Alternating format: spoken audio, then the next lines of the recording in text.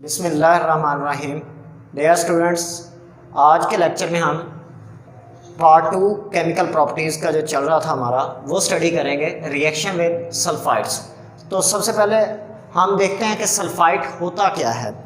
SO3-2 को जो है क्या बोला जाता है, सल्फाइड बोला जाता है। लेकिन बेटा यहाँ पे एक क्वेश्चन आपके जहन में आ रहा होगा कि सर ग्रुप ऑफ एटम्स के ऊपर अगर नेगेटिव चार्ज हो तो हमने पढ़ा था कि उसके एंड पे ATE का इजाफा किया जाता है, मगर यहाँ पे तो हम ITE लगा रहे हैं। वजह क्या है? तो बेटा अगर आप गौर करें तो एक स्पीशी होती है SO4-2 और एक होती है SO3-2। एक ऑक्सीजन के ऊपर -2 चार्ज होता है। इसका मतलब 4 ऑक्सीजन की वजह से -8 चार्ज होगा और नेट चार्ज पूरे ग्रुप ऑफ एटम्स के ऊपर कितना है, -2। तो -8 में आप कितने ऐड करें तो -2 जवाब आएगा, जमा के 6 ऐड करने पड़ेंगे। ओके, दूसरी जानब अगर आप यहां पे देखो एक ऑक्सीजन पे -2 चार्ज होता है तो 3 पे कितना हो जाएगा, -6। नेट जो है ग्रुप ऑफ एटम्स के ऊपर चार्ज कितना मौजूद है, -2। इसका मतलब -6 में आप कितना पॉजिटिव ऐड करेंगे कि नेट रिजल्ट -2 आए तो आपको +4 ऐड करना पड़ेगा। तो बेटा अगर आप गौर करें तो यहां पे आपको नजर आ रहा है कि SO4 के केस में आपने +6 देखा है कि सल्फर ऑक्सीडेशन स्टेट शो कर रहा है, लेकिन SO3-2 के केस में सल्फर +4 शो कर रहा है। तो अगर ग्रुप ऑफ एटम्स सेम है, सल्फर और ऑक्सीजन है, इधर भी सल्फर और ऑक्सीजन ही है, इस शक्ल में हमारे पास इस तरह के केस में अगर उनके ऊपर नेगेटिव चार्ज आ रहा हो तो जिसमें उस एटम का ऑक्सीडेशन नंबर ज्यादा होता है उसके साथ ATE का इजाफा करते हैं, जबकि जिसमें ऑक्सीडेशन नंबर कम हो उसमें आइट का इजाफा करते हैं। बेटा ये बात आपने जहन में रख लेनी है। अब जरा हम मूव करते हैं कि एसिड और सल्फाइड्स का जब रिएक्शन होता है तो उसके नतीजे में हमें साल्ट, सल्फर डाइऑक्साइड और वाटर हासिल होता है। साल्ट, ये जो आप देख रहे हैं कि सल्फर डाइऑक्साइड है, इसके साथ मैंने एक अपवर्ड एरो का निशान लगाया है। इसका मतलब यह है कि सल्फर डाइऑक्साइड गैसियस फॉर्म में होती है और गैस भी होती है फौरी तौर पे बाहर निकल जाती है, खारिज हो जाती है।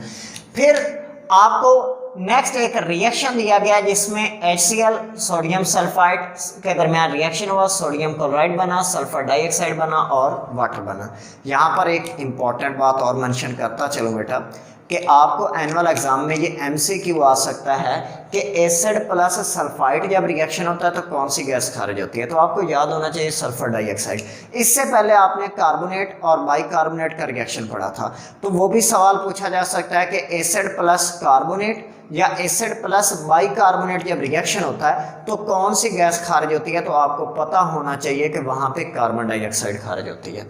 उसके बाद फॉर अंडरस्टैंडिंग के लिए HCl आयोनाइज होगा, क्लोराइड नेगेटिव और हाइड्रोजन आयन पैदा होंगे। सोडियम सल्फाइड आयोनाइज होगा, उससे हमें सोडियम आयन हासिल होते हैं और सल्फाइड आयन हासिल होता है। सल्फाइड आयन जो है वो फर्दर आयोनाइज हो जाता है सल्फर डाइऑक्साइड के अंदर जो हमारा स्टेबल प्रोडक्ट है उसमें और ऑक्साइड आयन में। अगर आप केमिस्ट्री रिएक्शन की देखें तो एसिड सबसे पहले हाइड्रोजन आयन प्रोड्यूस करता है और अपना अनायनिक पार्ट देता है, ठीक हो गया। उसी तरह मेटालिक सल्फाइड जो है वो आयोनाइज होता है तो उससे मेटालिक कैटाइन और सल्फाइड आयन बनता है। इसी तरह जब हमारे पास सल्फाइड आयन होता है तो वो फर्दर आयोनाइज होता है और उससे हमें सल्फर डाइऑक्साइड और ऑक्साइड हासिल होता है। यहां तक आपने इस रिएक्टेंट साइड की केमिस्ट्री को स्टडी किया। अब जरा प्रोडक्ट साइड के केमिस्ट्री को हम स्टडी करते हैं तो इसमें हमने देखा कि अनायनिक पार्ट ऑफ एसिड जो था वो मेटालिक कैटाइन के साथ कंबाइन होता है और साल्ट जनरेट करता है। उसके बाद ऑक्साइड जो होता है वो एसिड वाले H पॉजिटिव आयन के साथ कंबाइन होता है और वाटर बनाता है। इस दौरान जहन में सवाल उभरता है कि सर हमने ये चीज़ें इस्तेमाल की हैं, सल्फाइड को हमने इस्तेमाल नहीं किया। तो बेटा याद रखिएगा, सल्फाइड की आयोनाइजेशन से ये दो चीज़ें बनी थी। इन दोनों चीज़ों का इस्तेमाल होना साबित करता है कि सल्फाइड इस्तेमाल हो गया है। इसके बाद बाईसल्फाइड के साथ रिएक्शन है, लेकिन वो आपके बेटा क्वेश्चन असाइनमेंट के तौर पे दिया जा रहा है। आप लोगों ने आज शाम तक लाजमी तौर पे मुझे वो सेंड करना होगा। शुक्रिया। उसके बाद साथ ही आपको एक और असाइनमेंट भी असाइन कर रहा हूँ, वो आपने ये बताना है कि आपने इस तरह का रिएक्शन पहले वाले रिएक्शंस में भी पढ़ा है, यानी कि एसिड और मेटल का रिएक्शन, एसिड और कार्बोनेट एंड बाइकार्बोनेट रिएक्शन, और एसिड और बेस। इन तीनों में से कोई एक रिएक्शन जो था वो इस सल्फाइड के साथ मिलता जुलता था, सेम मेथडोलॉजी थी। वो कौन से रिएक्शंस हैं वो आपने मुझे हाईलाइट करने हैं। क्लियर हो गया कि सल्फाइड के साथ कौन सा मैच करता है और बाईसल्फाइड के साथ कौन सा मैच करता है। ठीक हो गया। नेक्स्ट है हमारे पास आखिरी रिएक्शन है विद सल्फाइड्स। सल्फाइड्स किसे कहा जाता है? S-2 को कहा जाता है। एसिड और सल्फाइड के दरमियान, ये सल्फाइड समझने के लिए बहुत आसान है, आप जैसे ऑक्साइड कहते हो O-2, उसी तरह सेम ग्रुप में पाया जाता है, तो S-2 जो है वो क्या हो जाएगा, हमारे पास सल्फाइड हो जाएगा।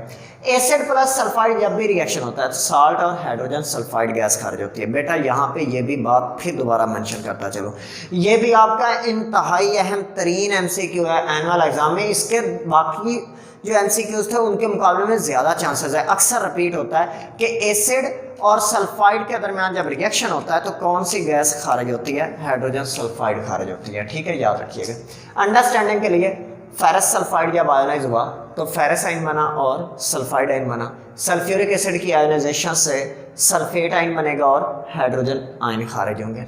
अगर हम केमिस्ट्री देखें तो वही रिएक्टेंट साइड पे कि हमारे पास मेटालिक सल्फाइड की आयोनाइजेशन से मेटालिक कटाइन और सल्फाइड आयन बनता है। एसिड की आयोनाइजेशन से H पॉजिटिव और अनाइनिक पार्ट ऑफ एसिड बनता है। अगर हम प्रोडक्ट साइड की केमिस्ट्री देखें तो हम कहेंगे कि अनाइनिक पार्ट ऑफ एसिड जो है वो मेटालिक कटाइन के साथ मिलता है और साल्ट बनाता है। इसी तरह जो हमारे पास सल्फाइड अनाइन होता है वो एसिड के H पॉजिटिव से कंबाइन होता है और हाइड्रोजन सल्फाइड बनाता है। यहाँ पर भी एक क्वेश्चन स्टेटमेंट आपको दे रहा हूँ, वो आप लोगों ने मुझे बतानी होगी बेटा, लाजमी तौर पे सेंड करनी, कि इस तरह का रिएक्शन भी आपने पहले 3 वाले और साथ ये भी अब शामिल हो गया, तो पहले 4 रिएक्शन जो पढ़े उनमें से किसी एक रिएक्शन के साथ इस सल्फाइड की मेथडोलॉजी मिलती है, केमिस्ट्री मिलती है, तो वो कौन सा रिएक्शन है आपने हाईलाइट करना होगा। ठीक है। उसके बाद लास्ट पर बेटा यूजेस ऑफ एसिड दिए गए हैं।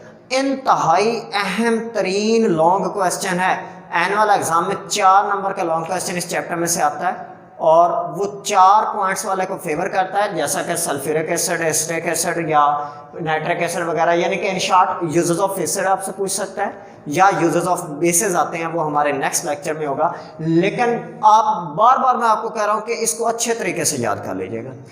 तो इसमें सल्फ्यूरिक एसिड को रॉ मटेरियल के तौर पे यूज़ किया जाता है इन फर्टिलाइजर इंडस्ट्री।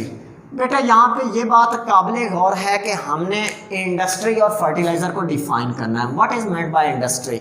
इंडस्ट्री सनत को कहा जाता है। सनत मीन हमारी रिक्वायरमेंट्स, जो मुआशरे की रिक्वायरमेंट होती है किसी भी चीज़ की, तो उसकी जो मैन्युफैक्चरिंग प्लेस होता है, यूनिट होता है, दैट इज़ कॉल्ड इंडस्ट्री। जो मैन्युफैक्चरिंग यूनिट होता है ना, एक लैब होती है, एक इंडस्ट्री होती है।